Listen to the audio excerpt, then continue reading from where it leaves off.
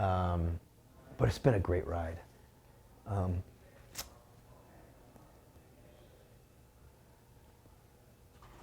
It's been a great ride. I owe everything. I mean, as I sit back, I mean, I was a kid from Puerto Rico, didn't speak English. Went in now. You know, if it wasn't for the San Jose Police Department and the men and women of that police department, I would have never gotten here. If it wasn't for the men and women of this police department, I would never get my next opportunity. I'm happy that people gave me a chance. But it's been a tremendous ride that I will look fondly on.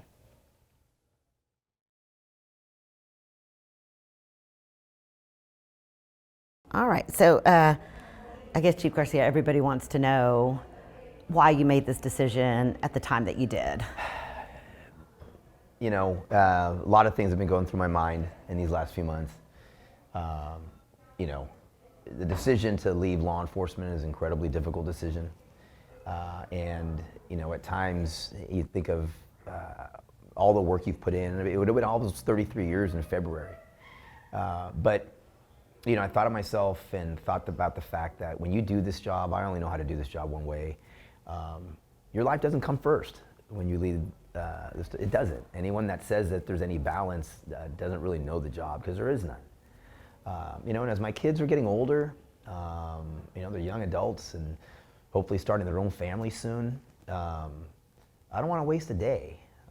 And I'm not the kind of chief that can be out every weekend without having, feeling guilty for not being here for my men and women. And so when I came to those realities, you know, it really made me think a little bit about how much longer I wanted to do this. I mean, there's never a right time to go. But I also didn't want to give the keys to a broken department to someone. So when people say, well, why is he leaving now? You know, when things are going positive, that's the time to leave. You know, so that the next chief is starting in a positive position. And so, you know, there's a myriad of things that went through my mind, but mostly is the fact that, you know, I want to concentrate on my kids and what, you know, in their lives, and the fact that in order to do that, I had to put myself first, and that's just not the way I lead.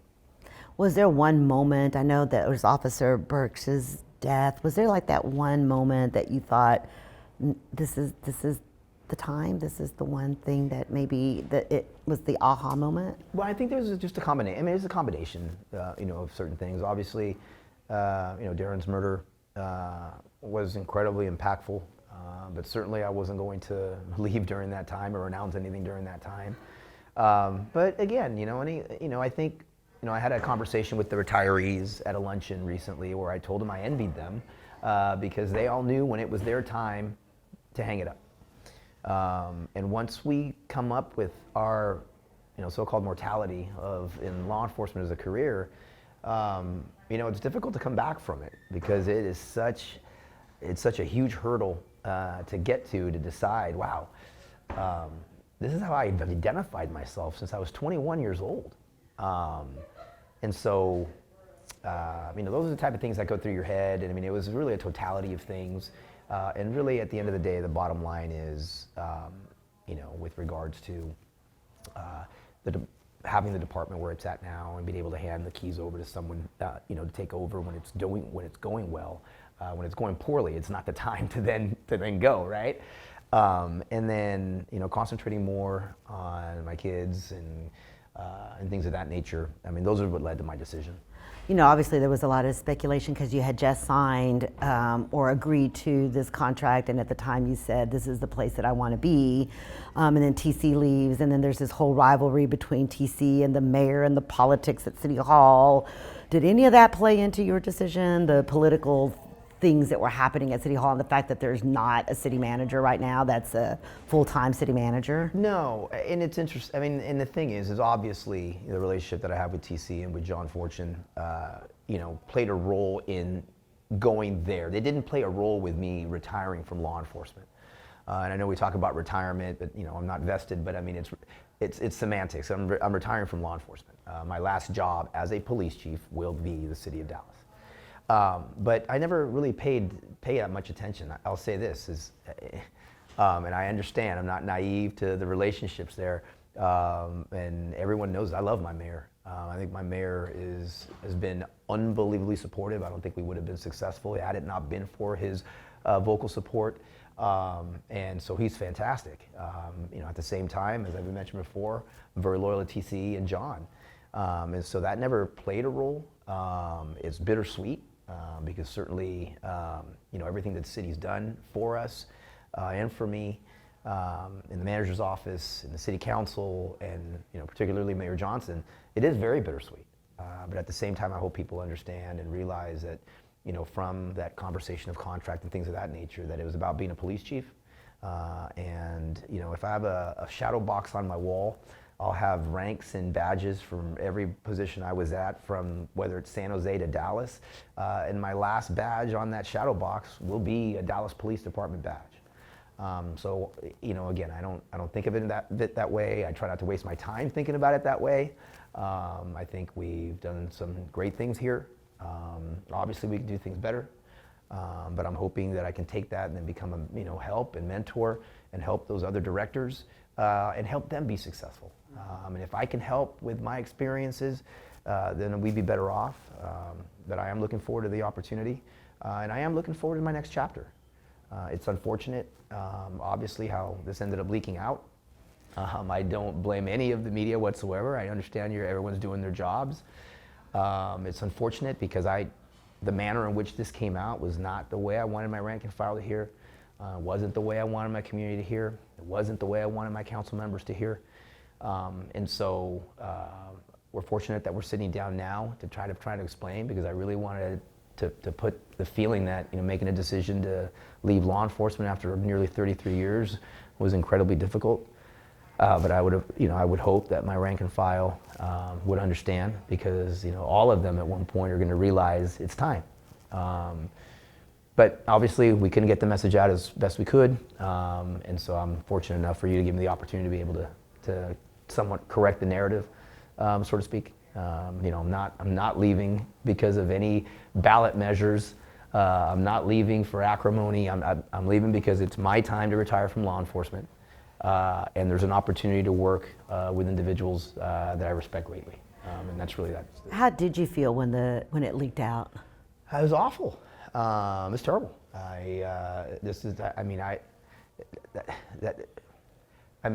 Rebecca, my rank and file, they're the most important thing that I've had since I've been a police chief. For them to hear that way. Listen, I'm not going to worry myself about who did it, where it came from, what have you, but I got robbed of being able to say goodbye to a 33-year career. And I hate to sound overly dramatic, but anybody that has been in my situation would feel the exact same way. We move forward, move on. I'm not going to be concerned about it. I hope my rank and file knows that that's not the manner in which I intended for this message to come out. And I think they'll believe me. When you came here, you said you wanted to rebuild a department, that the morale was so low. You wanted to bring down the violent crime rate, which was skyrocketing at the time. You wanted to bridge the gap between the community and law enforcement, and you wanted a relationship with the city council and to work well with the politicians in this town. Do you feel you accomplished all those goals? I think certainly we're in a better place now. Listen, I don't scream success. There's never touchdown dances. There's always better things that we can do. But if you look at the goals with reduction of violent crime, we're now in our 4th year of violent crime reduction. Again, when you look, I think our police officers are happy. You probably know better than I when you talk about morale. I think it's improved. When you talk about community trust, again, as I've mentioned many times, there's not a neighborhood in the city of Dallas, regardless of language spoken, racial makeup, or economic status, that have ever said to me, we want less. They're always wanting more. They always want to work together. The support we get for our community is incredible. The relationship that I've shared with council, with the manager's office, and with the mayor, I think has been second to none that I have seen since I've been a police chief, that hopefully can be replicated in other places. And so certainly, again, going back to the point as to why leaving now, I'm not a power drunk guy. This is not about ego. I was not going to stay here forever. So to hand off the department that's on a good trajectory, that's what we all should wish for. I appreciate somewhat the frustration. I guess it's better than good riddance. But in this line of work, it's better to leave the party early and leave the party late. And to be able to hand off the department that's in a positive situation with the great relationships that we share with City Council and with our mayor, this is the time for a transition. Is there anything that you regret in your tenure here, or you wished you'd accomplished that you didn't get done? Well, I wish I would have told my rank and file first. There's no question about that. If I would have done this over again, the message would have been to them first. Again, I just, one life is too many. And I'll say this again, I'll never forget Mayor Johnson's words, even before I started, that he was looking for a police chief that took this personally. And I took it very personally. And I hope he knows that. I hope the community knows that.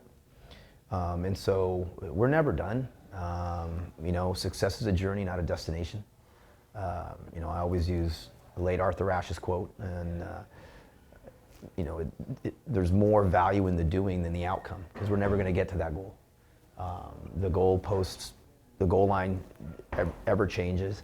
And so, obviously, I knew we'd never obviously achieve the number one goal. We always got to continue. It's a journey.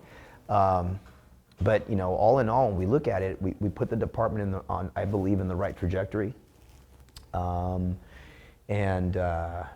I hope that the community and I hope our city appreciates the work that these men and women do every day. When you negotiated, I guess 4 months ago, you had said that you would be instrumental in helping the interim city manager or whoever city manager hire the next police chief. I'm assuming that's probably not going to happen. Or do you know, or who do you think now should be the next chief? Is there anyone within the rank and file here in Dallas, or is there a nationwide search, or what happens next? Well, I always say this, and first and foremost, in all fairness to Ms. Tolbert, she was caught off guard as well. This announcement wasn't supposed to come out till this week to have our opportunity, and I guarantee you, Kim and I would have probably spoken and talked that through, but she didn't get that benefit either. When it comes to, and I'm going to answer your question, like we have great command staff here. We have great young up-and-comers that are here. Obviously, not naive to the fact that, obviously the interim city manager thing has to get figured out at some point. Obviously, I think Mike Igo, being my most senior executive assistant chief, is a fantastic leader. But as we look, whether it's now or in the future, but I always ask this, and as being president of Major City Chiefs, oftentimes I'm asked to give comments on other major cities looking for chief. And you look from the citywide or this nationwide perspective or what have you. And I'm gonna get personal for a second again. I always say to them, okay, well, if you're looking for a change, if you don't like the trajectory your police department's going, that's the time you go outside, because you want a different perspective to see things. When things are going in the direction you want them to go, then maybe you take you think about that decision. To get personal for a second, this department is on the right trajectory because of the men and women that are inside these walls. And so I would hope that they take a very hard look to the men and women that are in these walls before we do an outside search. How are you going to transition? The reporter in Austin wanted me to ask you, how are you transitioning into this new job here in Austin, and what's that going to look like? Well, my role, my role is going to be more of, mentoring, and coaching and being a teammate with them. As I've always said in my rank and file, I'm a part of the team. If we can learn by my experiences, and if I can help block and tackle for them so that they can be successful and accomplish what they want to do, that's what I'm there for. A lot's been said. There's a lot more in public safety in the city of Austin than just the police department. I'm not the police chief. Chief Davis is the police chief. And my job is to make sure that Chief Davis is successful. My job is to make all those department heads successful so that my city manager can be successful, and so that my council members can be successful, and that Mayor Watson's successful. that is my new role in that transition. And I feel that, nearly 33 years of experience dealing with community, dealing with council, dealing with crime, dealing with public safety as a whole. I think we could all benefit from that. But for their success, I'm going to be invisible from here on out, and I'm not going to tell you that I regret that. That I'm not going to be the one sitting doing these interviews, but that I don't need to be that. It's going to be pretty awesome seeing department directors succeed based on things that we've worked on without me having to be the one on camera. That's going to be cool. That's going to be special for me, and I'm really looking forward to the opportunity. As you said, this has to be really emotional for you. I mean, for me too. My identity is so tied to what I do. And for you too, since you have been a police officer for more than 30 years and you were in SWAT, I remember you telling me a story about Columbine and how difficult it was to change the way you responded to mass shootings, and obviously the changes that have come throughout the last 30 years when it comes to policing. I'm sure that you're gonna miss that part of it as well, though. All the things that you were instrumental in, all the things that you did. I'm going to miss all of it. But particularly, this is why this opportunity was so attractive to me, is because I'm still in the game. Meaning that we could still utilize that experience, because I have seen a lot. I've been through a lot, made my mistakes, learned from my mistakes. And so it is very emotional, which is why these decisions don't come easy, and why when you make up your mind that you're at peace with it. And so incredibly emotional. I said, listen, I'm sure there's going to be events and other things that I'll be with rank and file here in the next month or so that I will get much more emotional as I give comments. But it's been a great ride.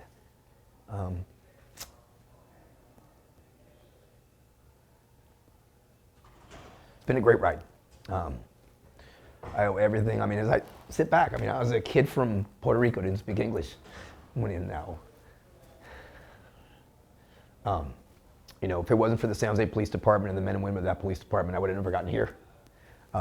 If it wasn't for the men and women of this police department, I would never get my next opportunity. I'm happy that people gave me a chance. But it's been a tremendous ride that I will look fondly on. Thank you. It's really interesting because I've covered the Dallas Police Department for, well over a decade.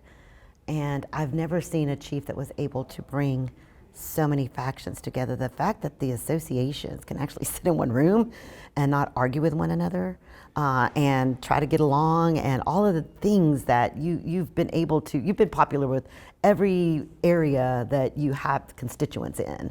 How did you do that? How did Eddie Garcia do that? Because no other chief has been able to accomplish that. Well, I give all the credit in the world to my associations. The associations, and I'll say this because for a very long time, and again, not my first rodeo, I've been a police chief since 2016, they get such a bad rap, like for whatever reason that they're anti and moving forward, and that couldn't be further from the truth, and people would know that if they brought their associations in and to sit around the table as stakeholders. There's never been a big decision that we've made here from a cultural decision, Rebecca, that I did not bring my associations in to have a conversation. They have their fingerprint on every major decision that we've done here. I value them. You have to value them. They're stakeholders. But at the same time, they have come in with open minds, willing to look at things and how do we, I don't like saying change, but to evolve. And so knowing that and making people true stakeholders, I think, is a key. One of the keys that I think is success to continue that going. I hope it does continue to go. I've brought associations in to talk about issues and things that they've said, this isn't even our place or our role. And I'm like, well, you represent our rank and file. I feel it's your role. I would now want your opinion. We're never going to agree on everything, but there's not a association or union president that I've ever worked with that will tell you that I didn't value what their opinion was. And you have to. And so, knowing that, and they all know They all know that we're not going to agree on everything. But to truly make our associations as stakeholders, if we're going to say we love our rank and file, we need to work with who represents our rank and file. I've never begrudged appeals where their attorneys are arguing for them. I don't begrudge. I'm a cop. Rebecca, listen, the best compliment I ever had, and I'm going to probably say it 100 times before I leave here, is by Joe King, who told me one day during a podcast that I was an old street cop masquerading as a 4-star chief.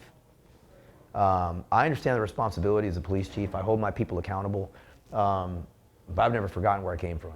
I'll never forget working midnights. I'll never forget holding perimeters. I'll never forget interviewing homicide suspects. I'll never forget making entries. I'll never forget the police reports. I'll never forget it. And so, to me, that means the world to me. And that's how I think we've been able to keep those relationships going, just remembering where you come from. I think, you look as an example of Chief McManus in San Antonio. Mm-hmm. I mean, that's an anomaly. He's had an amazing run. Yeah. There's no question about it. But if you look at the research, usually chiefs' lifespans are 3 to 5 years.